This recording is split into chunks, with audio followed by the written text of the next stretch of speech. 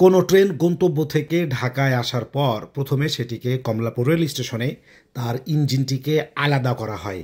তারপরে অন্য আরেকটি ইঞ্জিন দিয়ে ট্রেনটিকে টেনে নিয়ে আসা হয় ঢাকার ওয়াশপিটে। আর ইঞ্জিনটি চলে যায় লোকোশেডে, কারণ পরবর্তী যাত্রার জন্য ইঞ্জিনটি ঠিক আছে কিনা তা পরীক্ষা নিরীক্ষা করা হয়। আর ওয়াশপিটে আসার পর সেই ট্রেনটিকে পরীক্ষা নিরীক্ষা করা হয় তার আন্ডার গিয়ার এবং সব কিছু ঠিকঠাক আছে কিনা। ঠিকঠাক থাকলে সেটিকে পরিচ্ছন্নতার কাজ শুরু হয়।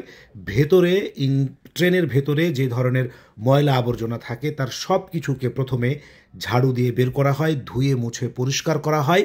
তারপরে ট্রেনের মেঝে, সিট এবং হাতলকে পরিষ্কার করা হয়। তারপরে ওয়াশরুম এবং ট্রেনের যে বেসিন রয়েছে সেগুলোকে ডলে মুছে পরিষ্কার করা হয়।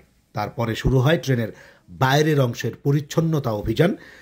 ওয়াশপিটের যে ওয়াটারিং সিস্টেম রয়েছে সেখান থেকে তারা আসলে পানিটি সংগ্রহ করেন এবং এই বাইরের অংশ পরিষ্কার করতে বিভিন্ন সাবানের গুঁড়া অথবা সাবানের লিকুইড তারা ব্যবহার করেন। বিভিন্ন সাইজের ব্রাশ অথবা ন্যাকড়া দিয়ে ট্রেনের বাইরের অংশে পানের পিক, ধুলা বালি যা লেগে থাকে তারা তা ধুয়ে মুছে পরিষ্কার করেন। দেখতে পাচ্ছেন যে বিভিন্ন ধরনের পরিষ্কারক এবং পাইপের পানি দিয়ে বাইরের অংশকে ধুয়ে মুছে পরিষ্কার করা হচ্ছে। রেলের দক্ষ কর্মীরা প্রতিটি ট্রেনকে আসলে এইভাবে পরিষ্কার করেন যাতে পরবর্তী যাত্রা স্বস্তির হয়।